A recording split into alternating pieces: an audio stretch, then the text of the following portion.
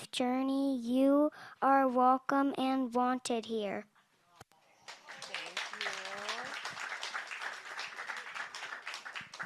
Thank you, Emerson. Welcome, everybody. Good morning. I am Megan, your moderator, and that was Emerson, our new welcomer. I'm Andrea Pollock, your liturgist today. So if you would read with me the bold.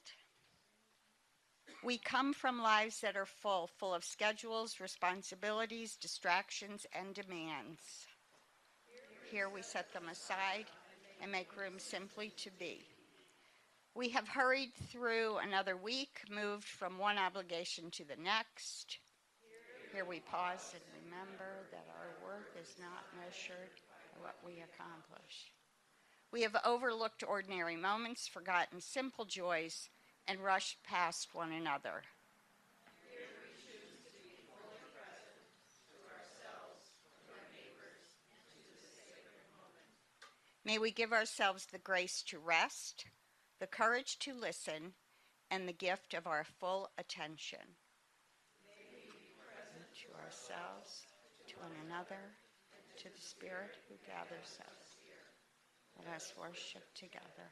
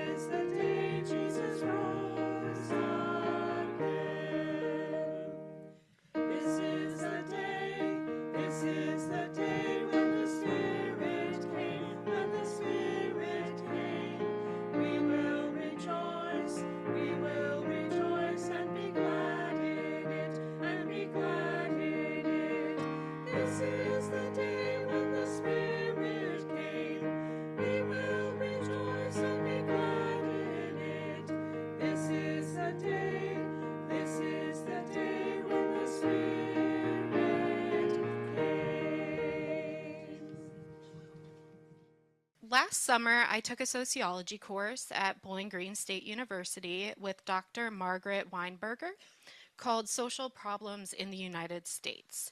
As you can imagine, many social problems in our country stem from systematic inequality. One issue I had never considered, and one many of you may have not thought about either, is our cash bail system. Cash bail is problematic for several reasons. First, it often punishes poverty more than it measures danger. Imagine two individuals arrested for the same offense who each receive $5,000 bail. If Jeff can afford bail, he can go home immediately. He may be able to keep his job, continue caring for his family, pay his bills, and work with his attorney to build the strongest possible defense. He has the freedom to prepare for his day in court. John, however, cannot afford bail. He remains in jail while awaiting trial for a crime he has not been convicted of. He is much more likely to lose his job, fall behind on bills, or even lose custody of his children. His life can be turned upside down before a verdict has ever been reached. Research also shows that being detained before trial increases the likelihood of conviction. Not necessarily because those individuals are more guilty, but because pretrial detention increases guilty pleas. One large analysis found that people detained before trial were about 18 percentage points more likely to be convicted than those released before trial. Another study found that even among felony defendants, pretrial detention increased the probability of conviction by about 13 percentage points. Cash bail also doesn't necessarily make us safer. A wealthy defendant who poses a genuine threat to public safety or is likely to flee may still be able to pay bail and walk free. That raises an important question. Should our justice system be asking who can afford freedom or who actually presents a danger to the community? So how do we begin to address this issue? One approach is bail reform. Rather than relying primarily on a person's ability to pay, judges should make release decisions based on factors like public safety, the details of the alleged crime, and whether someone is likely to return to court. The second thing we can do is something available right now.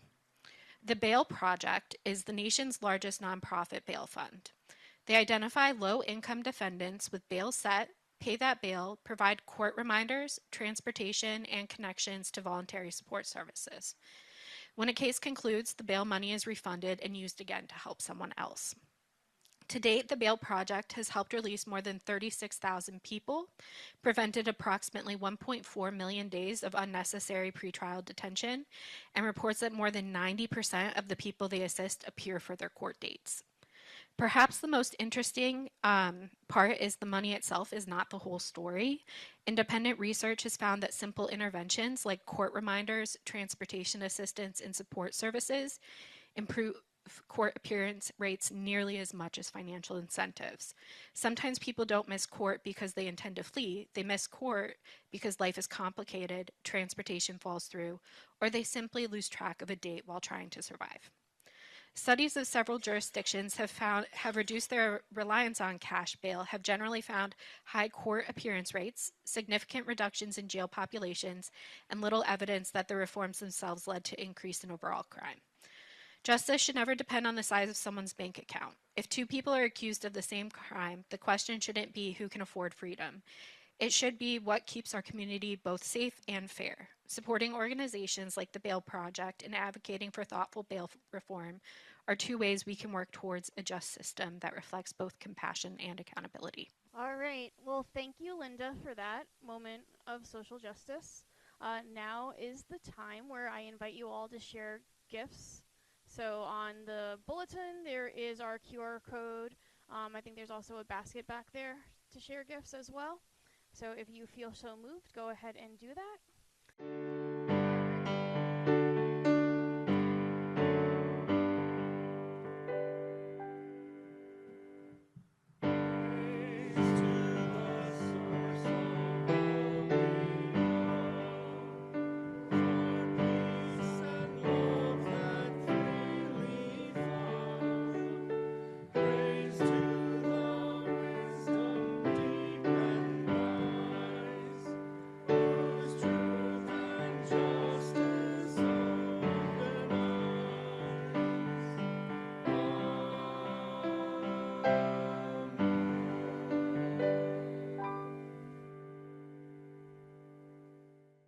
Divine Spirit, we come before you just as we are, with grateful hearts, with weary hearts, with joyful hearts. We come before you with hearts of longing and hearts of belonging. And some of us come with hearts that aren't quite sure what they are carrying. You, Divine Spirit, already know. You have always known. As we hold before you the joys and concerns shared today, and the ones that remain too tender or too heavy, those among us whose tongues are muted but hearts are rooted, we ask that you be near to each of us, to teach us. Teach us to notice. Teach us to notice the people who need our kindness. Teach us to notice the beauty hidden in ordinary days. Teach us to notice the blessings we have rushed past. Teach us to notice the burdens others carry in silence. Teach us to notice your presence in laughter, in stillness, in grief, and in hope. When our minds race ahead, bring us back to this moment. When we become distracted by what feels urgent, help us. Help us remember what is important. When we are tempted to measure our lives by all we have done, remind us that love is never measured by a checklist. May this hour quiet our hearts. May this community strengthen our spirits. May we leave this place seeing one another and ourselves with gentler eyes, ready to notice. Amen. And now we'll recite the Lord's Prayer. Our Creator, who is in heaven, holy in your name. Your kingdom come, and your will be done, on earth as it is in heaven. Give us today our daily bread, and forgive us our debts as we forget our debtors. Let us not into temptation, but deliver us from evil. For yours is the kingdom, the power, and the glory, forever and ever. Amen.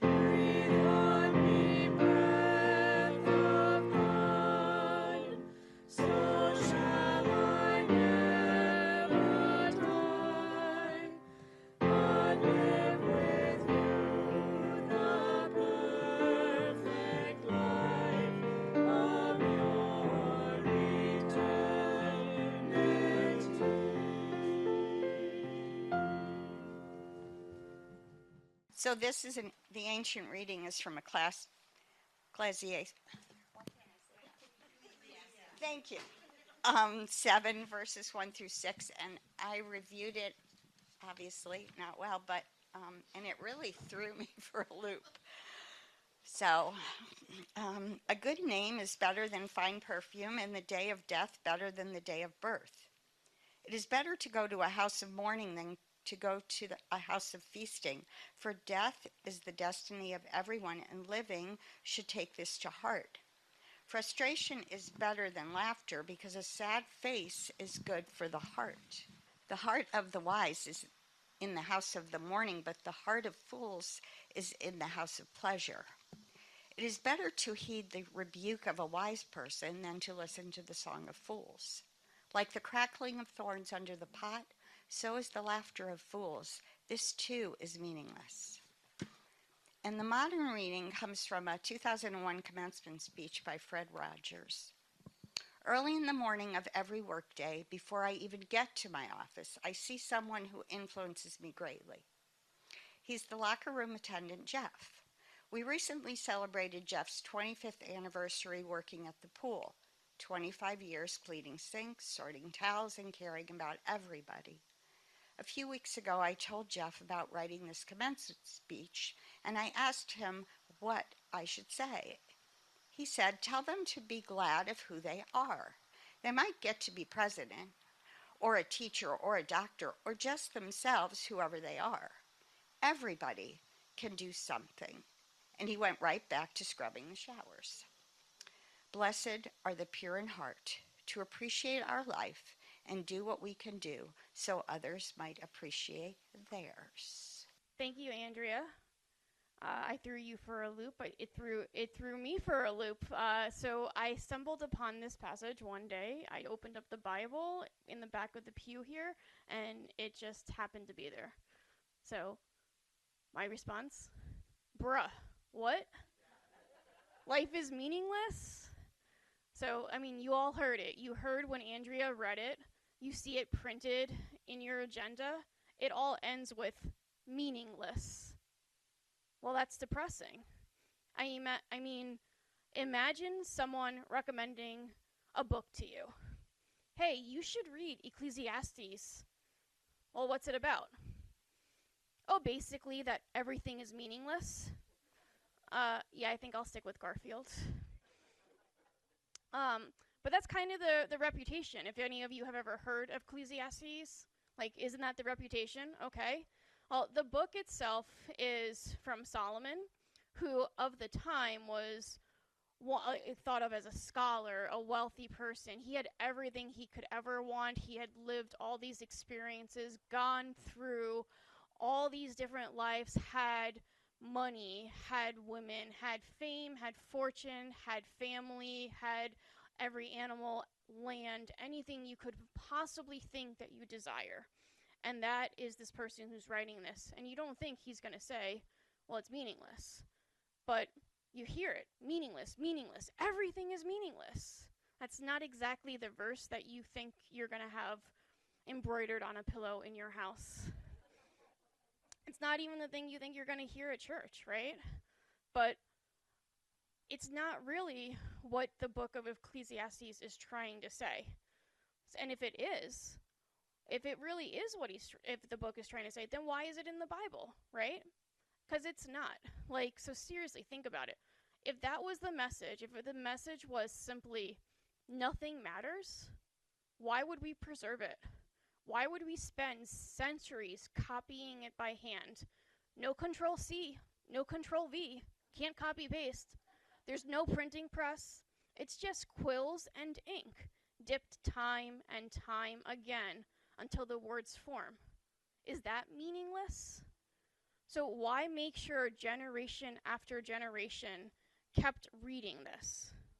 Why are we reading it and discussing it this morning? That doesn't make sense. So maybe, just maybe, we are misunderstanding what the author is trying to say. Because if life is meaningless, what then? Do we stop loving because one day we'll lose the creatures and the people that we love? Do we stop planting gardens because winter eventually comes? Do we stop laughing because joy doesn't last forever? Of course not. So maybe meaningless is not the conclusion.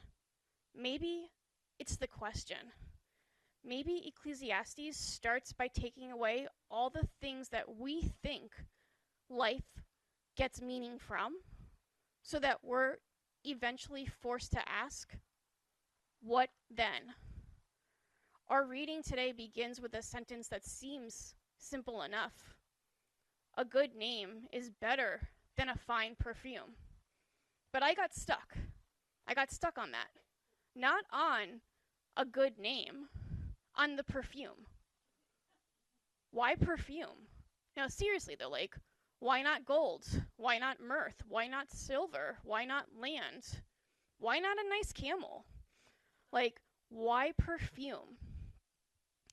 And if we consider it, that choice, it was intentional. This Solomon, he was a scholar.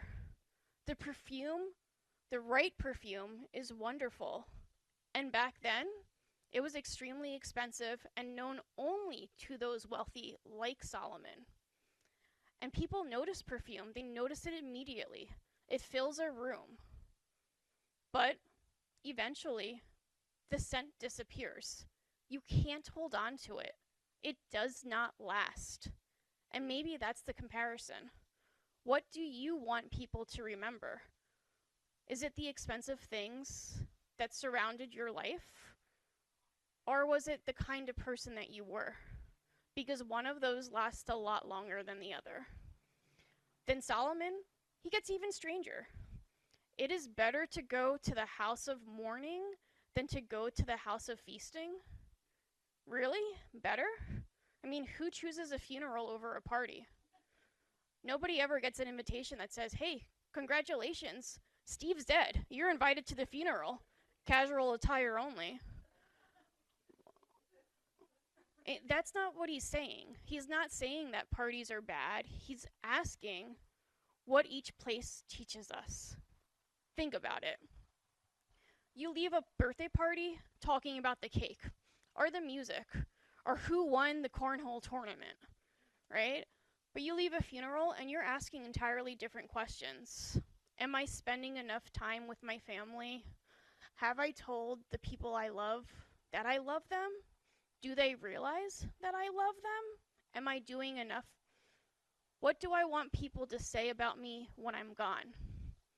Funerals have a way of clearing away everything that is not important. Not because death is good, but because it reminds us that life is precious. Then Solomon says something that almost sounds backwards. It is better to heed the rebuke of the wise than to listen to the song of fools. I like that verse because it reminds us that not every voice deserves the same weight. Some people correct us because they love us. Some people wound us because they enjoy it. Wisdom is learning the difference. And then we get to, like the crackling of thorns under a pot, so is the laughter of fools. What did Solomon have in mind? Commentaries have their ideas. Scholars have their ideas. But I keep thinking of the image, the thorns. If you've ever been camping, the thorns, they cackle, they pop, they're loud, and just for a few moments, they sound so impressive. And then poof, they're gone. And I can't stop thinking about that, about all those loud voices that we carry around with us. The bully, that cruel teacher in school that we're thinking about decades later, that one person who laughed at us, that comment somebody made years ago that they probably don't even remember saying. I don't know if you noticed that, but I do. Those people who hurt us usually don't remember doing it. They forgot by dinner. But we're still replaying those voices in our heads 20 years later. Why?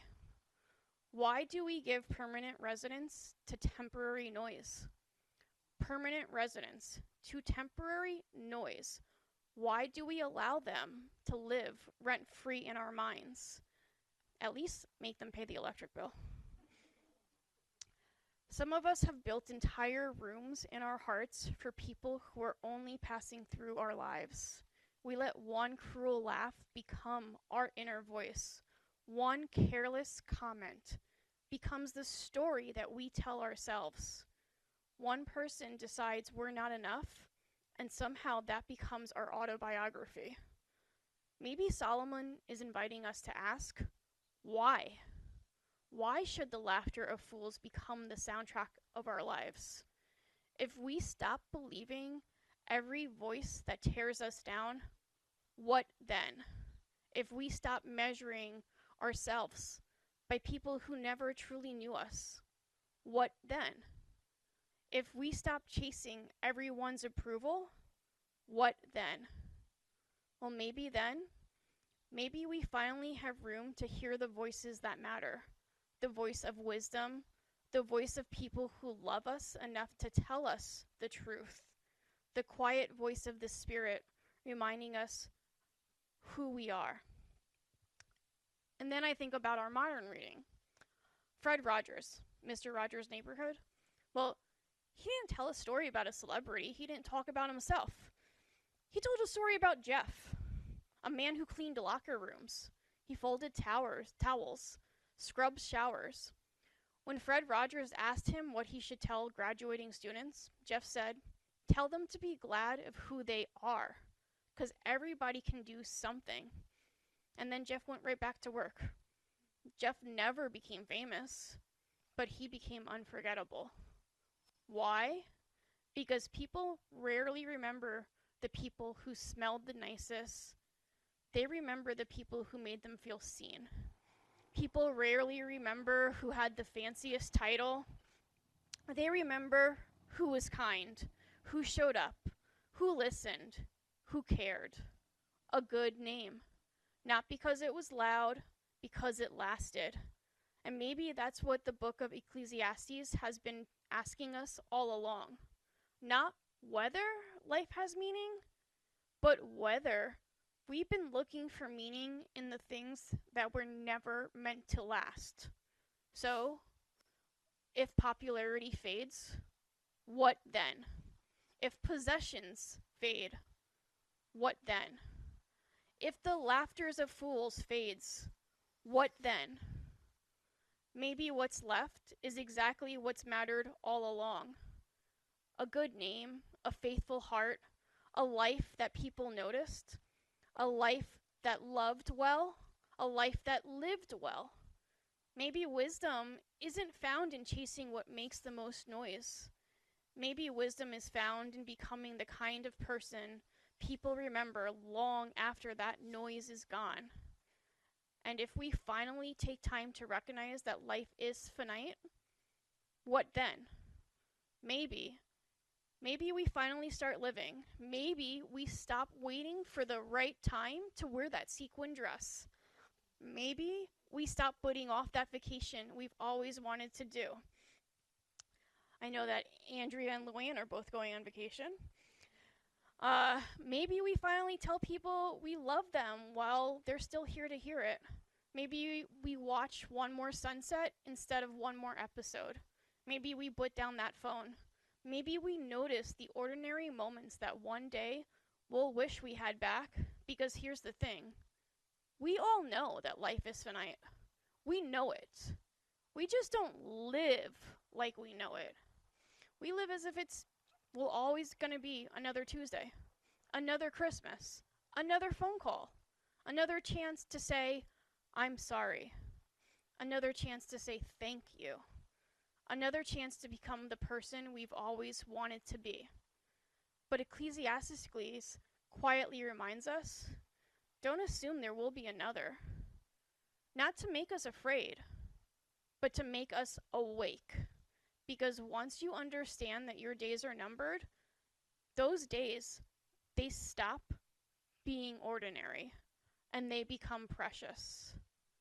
What then? Amen.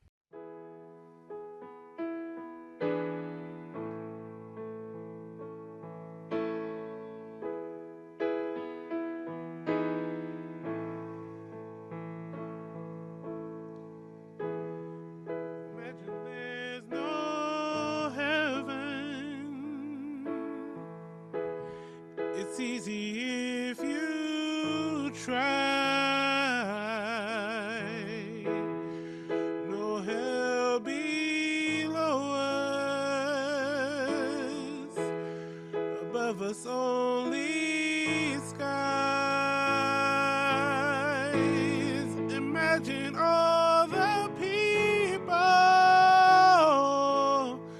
living for today. Imagine there's no countries. It isn't hard to do. Nothing to kill or die for, and no religion too. Imagine all the people living life in peace.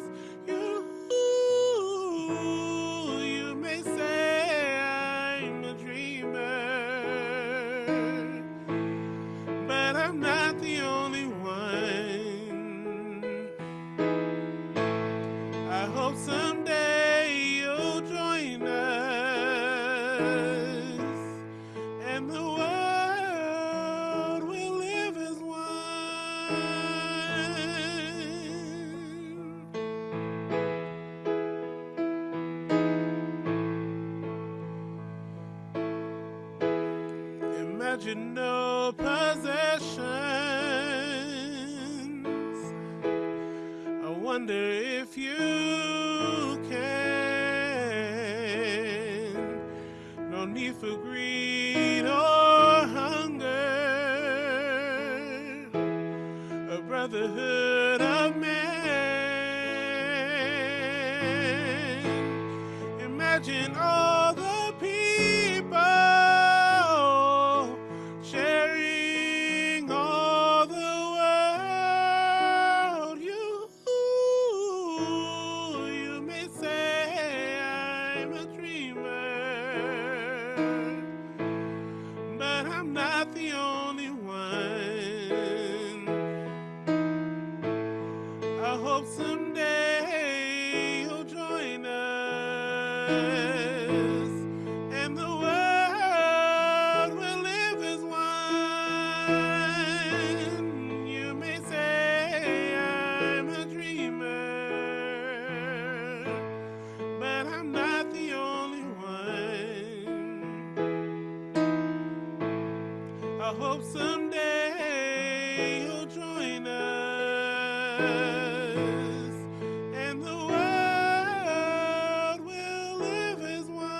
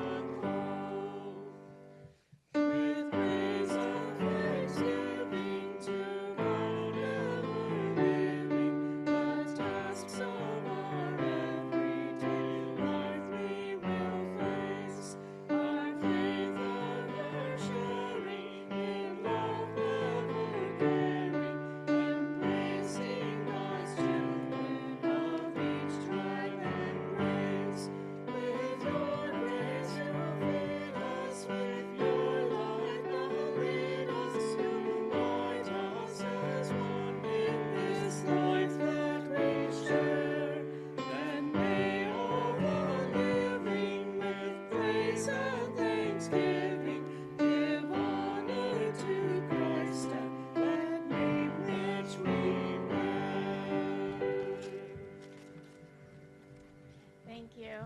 Friends, may you go from this place remembering that your days are precious, your kindness matters, and your life has meaning, not because it lasts forever, but because every moment is a gift. Go in peace and go live well. Amen.